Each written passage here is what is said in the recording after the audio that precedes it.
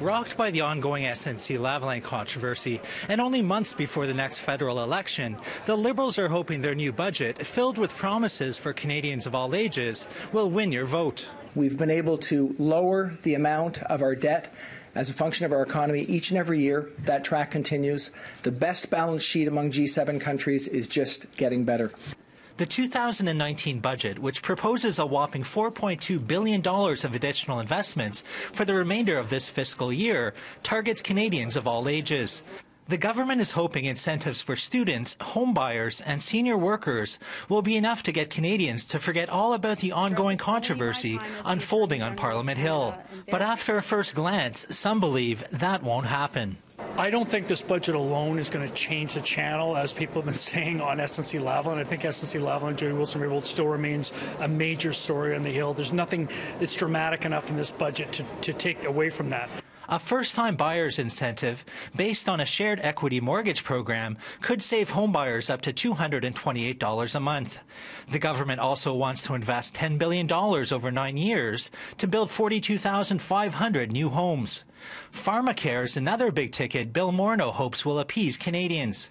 The government hopes the creation of the Canadian Drug Agency, a national formulary, and a national strategy for high-cost drugs will lighten drug costs by $3 billion a year. Investments in skills and training is another way the government hopes to win your vote.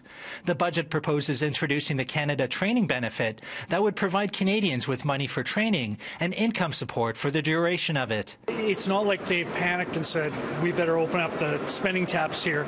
It isn't that sort of a document. I think for people who look for prudence, that'll be good news. For people who are looking for something a little more fizzy during an election cycle, it may come off as being, a bit muted.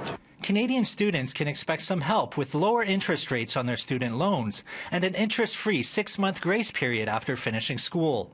And for low-income senior Canadians, the government is proposing to enhance the Guaranteed Income Supplement exemption, allowing for seniors to claim up to $15,000 of their income.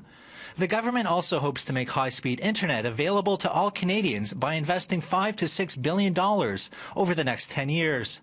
And with ceaseless criticism over the carbon plan and rising energy costs, the budget proposes making a one-time investment into the federal gas fund to help lower energy costs. There's also new incentives for electric and hydrogen-fueled cars and $1 billion to increase energy efficiency in residential and commercial buildings. And the government hopes to continue its reconciliation efforts by making additional investments in clean drinking water, social services, and languages for Indigenous peoples. Especially for an election year, it's maybe just a little bit more cautious, a little bit more prudent than some people might have anticipated. So with political pandemonium on Parliament Hill, the Liberals are hoping these investments will convince Canadians to stay the course come election time. In Ottawa, Nigel Newlove, City News.